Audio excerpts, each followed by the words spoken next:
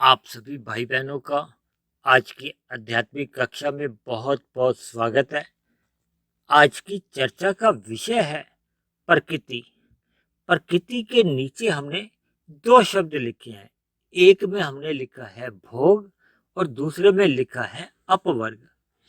अपवर्ग के नीचे हमने एक शब्द लिखा है मनुष्य और भोग के नीचे हमने लिखा है पशु पक्षी।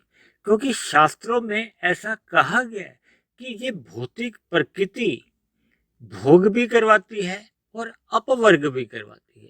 अपवर्ग का अभिप्राय शास्त्रों में बताया गया है कि मोक्ष की प्राप्ति भी करवाती है, यानी कि परमात्मा की ओर भी हमें ये प्रकृति के जो तीन गुण हैं, इनमें जो तमोगुण और रजोगुण है, ये तो हमें भोग करवाते हैं। जबकि सतोगुण ये हमें परमात्मा का ज्ञान करवाते हुए मोक्ष की ओर महत्वपूर्ण योगदान देते हैं। इसीलिए तो शास्त्रों में कहा गया कि तमोगुण से 10 गुना अच्छा रजोगुण है और रजोगुण से भी 10 गुना अच्छा सतोगुण है।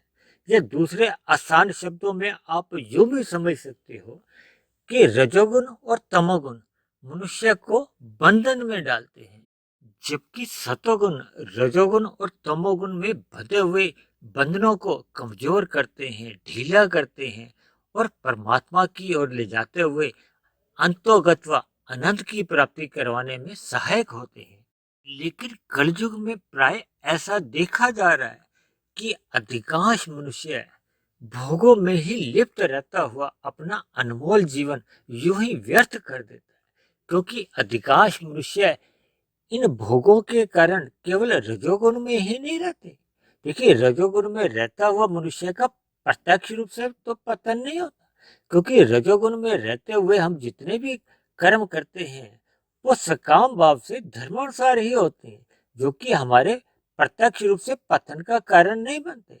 लेकिन जैसे जैसे मनुष्य रजोगुण में लिप्त रहता हुआ इन रजोगुणी भोगों का, जो कि गंध, रस, रूप, स्पर्श और शब्द हैं, इन 5 विषयों में जब मर्यादा से अधिक लिप्त हो जाता है तो मनुष्य में प्रमाद आने लगता है। प्रमाद आने के फलस्वरूप मनुष्य में अचेतनता आने लगती है, यानी कि उसका ज्ञान धूमिल होने लगता है, उसको सही गलत की पहचान नहीं रहती। तो फिर ऐसे में मनुष्य उन भोगों का व्यसनी बनकर फिर तमोगुण में गिर जाता है, यानी कि अन्य मनुष्यों के पास जो वो भोग्य पदार्थ होते हैं उनके साथ वो छल कपट ठगी हेरा फेरी करके उन पदार्थों को प्राप्त करने लगता है, जिसके फलस्वरूप ये सभी कर्म उसके पाप श्रेणी में जाने लगते हैं और मनुष्य का पतन होने लगता है। यानी कि मनुष्य के भोगों का आकर्षण ही उसके लिए पाप कर्मों का या अधोगति का रास्ता खोल देता है। शास्त्रों में 84 लाख प्रकार की योनियां बताई गई हैं। इनमें केवल मनुष्य योनि को ही कर्म योनि और साधना योनि कहा गया। शेष सभी मनुष्य से चाहे ऊपर की योनियां हैं चाहे मनुष्य से नीचे की योनियां हैं, उनको भोग योनियां कहा जाता है। भोग में ही सुख और दुख दोनों गिन लिए जाते हैं। मनुष्य से ऊपर की सभी योनियों में पुण्य कर्मों का क्षय होता है। ऊपर की योनियों में सुखों की प्रचुरता होती है, जबकि मनुष्य से नीचे की योनियों में अधिक दुख होते हैं, इसलिए पाप कर्मों का अधिक नाश होता है। जबकि मनुष्य योनि में पाप और पुण्य कर्मों का तो नाश होता ही है, लेकिन नए कर्म करने की भी परमात्मा द्वारा स्वतंत्रता दी जाती है। इसलिए मनुष्य नए क्रियामान कर्मों को भी कर सकता है, जिसके द्वारा वो अपने पुण्य कर्मों की अधिकता भी कर सकता है, निष्काम भाव से कर्म भी कर सकता है। यानी क्योंकि मनुष्य योनि एक साधना योनि भी है और निष्काम कर्म करने के साथ ही मनुष्य की आध्यात्मिक उन्नति का रास्ता खुलता है, जबकि सकाम कर्म केवल मनुष्य को सुख दुख ही देते हैं। पाप कर्मों से हमें दुख रूपी फल मिलते हैं और पुण्य कर्मों से हमें सुख रूपी फल मिलते हैं, लेकिन दोनों ही फल मनुष्य के बंधन का कारण बनते हैं, जो कि भोग योनियों में ही हमें जन्म मरण का बंधन देते ही रहते हैं। जबकि मनुष्य योनि हम सभी को केवल अपवर्ग के लिए यानी कि मोक्ष प्राप्ति के लिए ही एक साधना योनि के रूप में मिली है।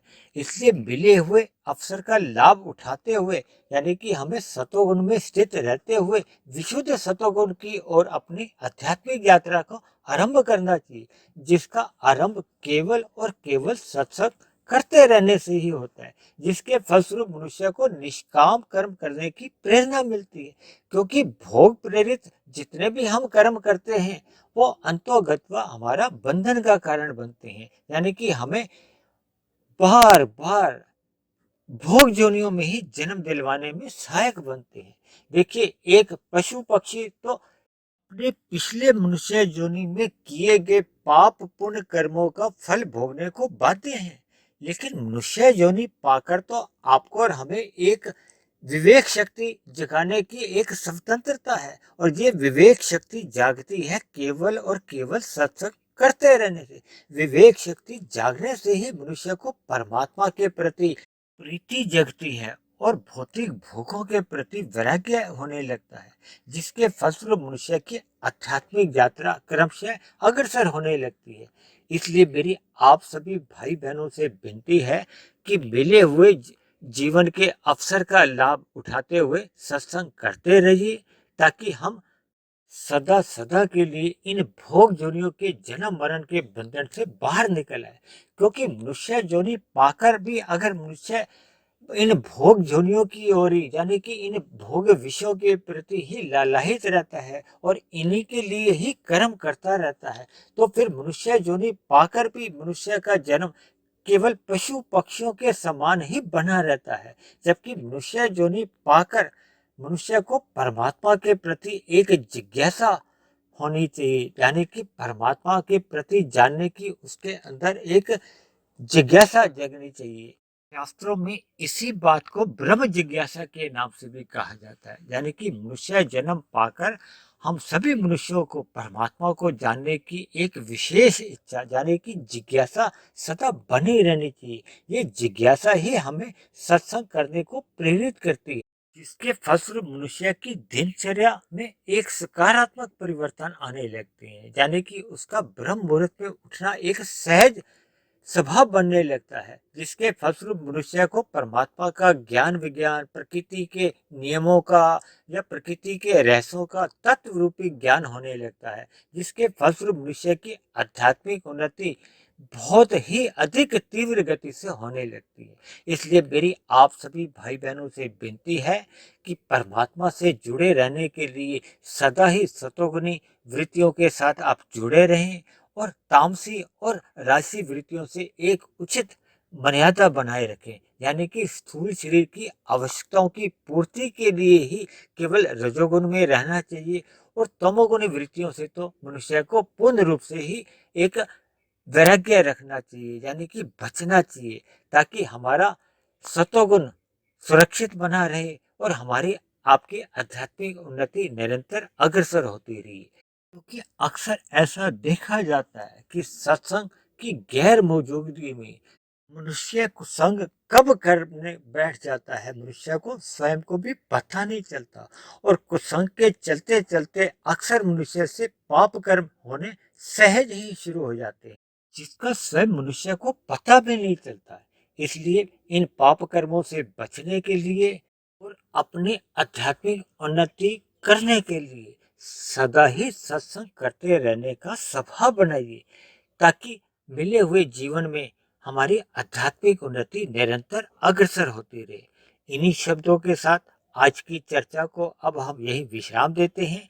आप किसी भाई बहन का कोई प्रश्न हो, कोई बात समझ में नहीं आई हो, या मेरी कही गई किसी बात पे आपको कोई आपत्ति हो, तो आप नीचे दिए गए कमेंट्स बॉक्स पर जाकर आप अपना कोई प्रश्न या आपका कोई सुझाव या आपकी कोई आपत्ति हो तो आप उसको भी लिख सकते हो।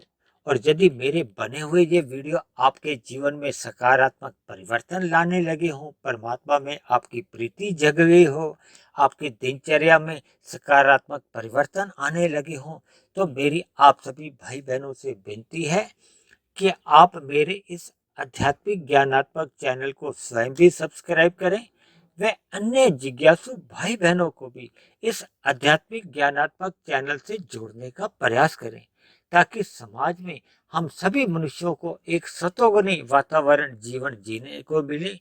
इन्हीं शब्दों के साथ आज की चर्चा को अब हम यहीं विश्राम देते हैं और कल फिर मिलते हैं एक नए विषय को लेकर, एक नए संदेश के साथ।